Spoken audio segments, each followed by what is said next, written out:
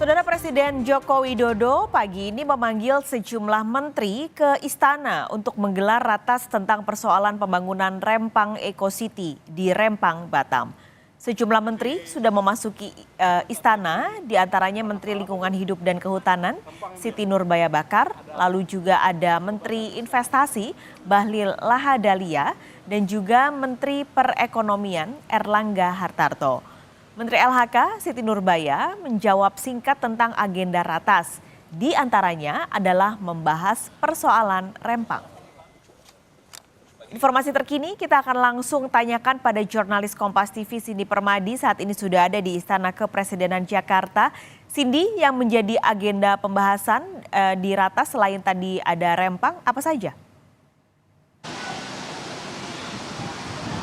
Iya, yang jadi fokus memang salah satunya itu, yang secara umum memang adalah soal pengembangan Rempang Eco City, tapi kalau secara khusus ini masih belum dibocorkan oleh menteri-menteri yang tadi hadir sejak sekitar pukul setengah 10 atau jam 10 pagi tadi.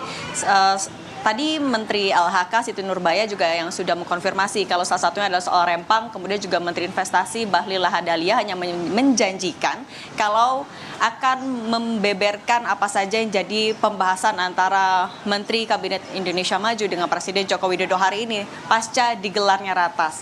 Nah, meskipun belum dibocorkan, tapi ada beberapa poin yang bisa jadi bahan pembahasan bersama dengan Presiden Joko Widodo. Misalnya adalah soal tenggat waktu pengosongan wilayah Pulau Rempang tanggal 28 September 2023 atau sekitar 3 hari lagi.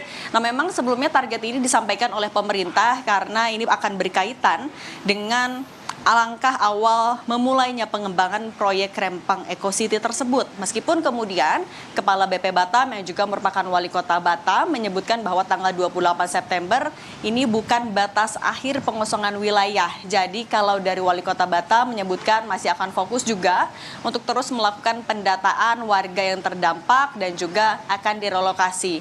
Kemudian yang juga terkait dengan penanganan Rempang yang tidak menutup kemungkinan bisa dibahas dalam ratas adalah soal temuan Komnas HAM yang sudah melakukan tinjauan langsung selama beberapa hari kemarin.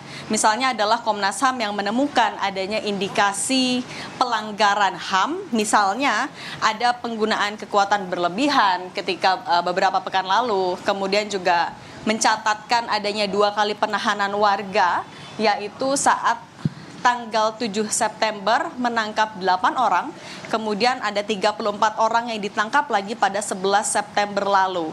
Juga adanya penggunaan gas air mata yang tidak terukur sehingga menyebabkan korban. Ini adalah beberapa temuan Komnas HAM yang tentunya nanti masih perlu dilakukan pendalaman lagi.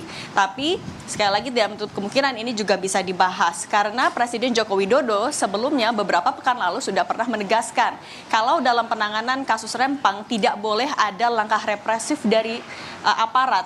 Presiden Joko Widodo juga saat itu sudah menelepon langsung Kapolri Jenderal Polisi Listio Sigit Prabowo yang menyebutkan kalau masalah Rempang ini harus diselesaikan dengan baik, komunikasi yang baik. Jadi pemerintah juga menampung apa saja keinginan dari masyarakat, kemudian juga sekaligus mensosialisasikan apa yang akan dibangun oleh pemerintah.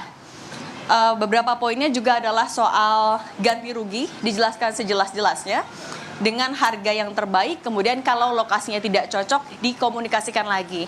Beberapa hal yang juga sudah disampaikan oleh pemerintah kepada masyarakat Rempang karena sebelumnya Presiden Joko Widodo sudah menunjuk Menteri Investasi Bahlil Lahadalia untuk menyelesaikan kasus itu, dan juga pada pekan lalu Menteri Investasi melakukan rapat koordinasi bersama dengan Menteri ATR, kemudian juga dengan Mendagri di Rempang, dan beberapa poinnya adalah misalnya 17.000 hektar lahan di Pulau Rempang ini memang akan dijadikan kawasan industri, perdagangan, hunian, dan pariwisata yang terintegrasi. Di tahap pertama ini nantinya investor asal Tiongkok sudah menggelontorkan dana untuk membangun pabrik kaca dan solar panel.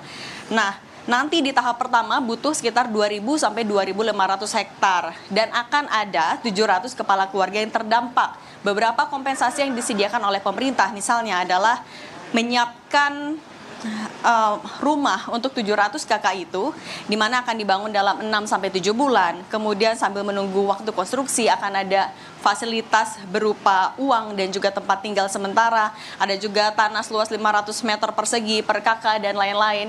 Ada kompensasinya sebenarnya sudah disiapkan. Tapi sekali lagi yang masih ditekankan juga oleh pemerintah adalah komunikasi. Karena sampai saat ini masih ada warga Rempang yang juga menolak.